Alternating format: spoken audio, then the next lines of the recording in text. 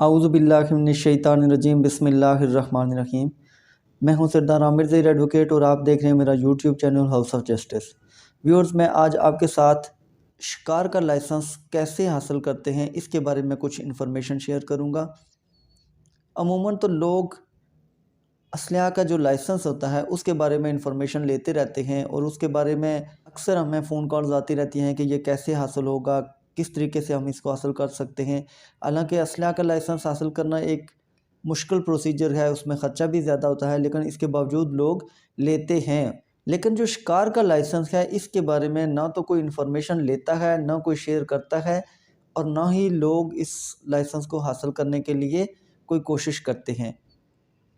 حالانکہ دیکھا جائے تو بہت سارے لوگ ایسے ہوتے ہیں کہ جو شکار کے بہت زیادہ شوقین ہوتے ہیں، لیکن وہ بغیر کسی لائسنس کے اسلحہ لے کر جنگل وغیرہ میں پہنچ جاتے ہیں اور وہاں پر شکار کرتے ہیں، جو کہ سراسر غیر قانونی ہے۔ کوئی بھی آدمی اگر ایسا کرتا ہوا پکڑا جائے تو اس کو جرمانہ اور سزا ہو سکتی ہے۔ شکار کا لائسنس جو ہوتا ہے اس کے لیے کوئی اتنی لمبی چوڑی بھاگ دوڑ نہیں کرنی پڑتی، نہ ہی کوئی زیادہ خرچے ہیں۔ ہر ضلع میں وائلڈ لائف کا ایک آفس موجود ہوتا ہے جہاں سے یہ شکار کا لائسنس ایشو ہوتا ہے۔ اس کا مکمل پروسیجر بھی میں شیئر کروں گا۔ پہلے میں وائلڈ لائف کے بارے میں تھوڑی سی انفارمیشن شیئر کرتا چلوں کہ جو وائلڈ لائف ہے یہ جنگلی جانوروں کے تحفظ کے لیے ایک محکمہ بنایا گیا ہے، کیونکہ بہت سارے جانور ایسے ہوتے ہیں کہ جن کی نسل ناپید ہوتی جاتی ہے، بہت زیادہ لوگ ان کا شکار کرتے ہیں۔ تو یہ محکمہ جو وائلڈ لائف ہے یہ ایسے جانوروں کا تحفظ کرتا ہے۔ اس کے علاوہ جتنے بھی جنگلی جانور ہوتے ہیں تو یہ محکمہ ان کے تحفظ کا ذمہ دار ہوتا ہے۔ اس کے ذمہ ہوتا ہے کہ یہ ان کی دیکھ بھال کرے، ان کے بارے میں قانون سازی جتنی موجود ہے تو اس پر عمل درآمد کروائے۔ اگر آپ نے شکار کا لائسنس لینا ہے تو اس کا طریقہ کار یہ ہے کہ آپ اپنے ضلع کے وائلڈ لائف کے آفس میں چلے جائیں، وہاں پر ایک چھوٹی سی سمپل سی درخواست لکھ کر، بے شک ہاتھ سے لکھ کر دے دیں، اگر کمپیوٹر پر وہ ٹائپ کروا کے دے سکتے ہیں تو ٹھیک، نہیں تو بے شک آپ ہاتھ سے لکھ کر دے دیں، جس میں اپنا نام، پتہ، ساری چیزیں لکھیں گے اور لکھیں گے کہ مجھے شکار کا لائسنس چاہیے۔ اس کے ساتھ آپ اپنے شناختی کارڈ کی کاپی لگائیں گے۔ جب آپ وہاں جائیں گے محکمہ وائلڈ لائف کے آفس میں تو وہ آپ کو ایک چلان فارم دیں گے، کیونکہ اس کی فیس بھی ہوتی ہے۔ فیس اس کی زیادہ نہیں ہوتی، اب ان دنوں میں اس کی فیس 2320 روپے ہے۔ اس 2320 روپے کی فیس کا آپ کو چلان فارم دیا جائے گا۔ وہ چلان لے کر آپ نیشنل بینک میں جائیں گے اور نیشنل بینک میں وہ جب جمع کروائیں گے تو وہ دو چلان کی دو کاپیاں ہوتی ہیں، تو چلان کی جو دوسری کاپی ہوتی ہے اس پر سٹیمپ وغیرہ لگا کے وہ آپ کو واپس کر دیں گے، اور وہ چلان کی کاپی جس پر سٹیمپ لگی ہوئی ہے جو یہ اس بات کا ثبوت ہے کہ آپ نے فیس ادا کر دی ہے، تو وہ کاپی بھی آپ جو درخواست دے رہے ہیں اس کے ساتھ اٹیچ کر دیں گے۔ وہ اٹیچ کر کے شناختی کارڈ، اپنی شناختی کارڈ کی کاپی اٹیچ کر کے وہ درخواست آپ محکمہ وائلڈ لائف میں جمع کروا دیں گے۔ جب آپ یہ درخواست جمع کروا دیں گے تو محکمہ وائلڈ لائف والے آپ کو کچھ دن کا بولیں گے کہ آپ کچھ دن کے بعد آ کے اپنا لائسنس لے لیں۔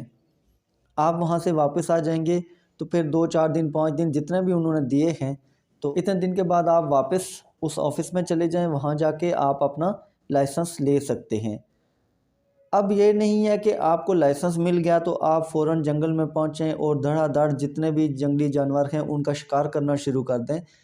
اس میں یہ جو لائسنس ہوتا ہے اس میں کچھ ہدایات لکھی ہوتی ہیں کہ آپ نے کن دنوں میں شکار کرنا ہے۔ جیسے چھٹی والا دن اتوار ہوتا ہے تو اکثر اتوار کی اجازت ہوتی ہے کہ آپ اتوار والے دن شکار کر سکتے ہیں۔ اس کے علاوہ اگر کوئی پبلک ہالیڈیز ہوتی ہے، جو یہ سرکاری چھٹیاں ہوتی ہیں، کوئی ایسی چھٹی آ گئی ہے تو ان دنوں میں بھی آپ شکار کر سکتے ہیں۔ اس کے علاوہ ایک دن میں آپ مثال کے طور پر فاختہ ہیں تو اب یہ نہیں ہے کہ اتوار کے دن آپ جا کے 100 فاختہ کا شکار کر لیں، اس کے لیے بھی ایک مخصوص لمٹ ہوتی ہے کہ آپ جیسے 10 سے زیادہ فاختہ کا شکار نہیں کر سکتے۔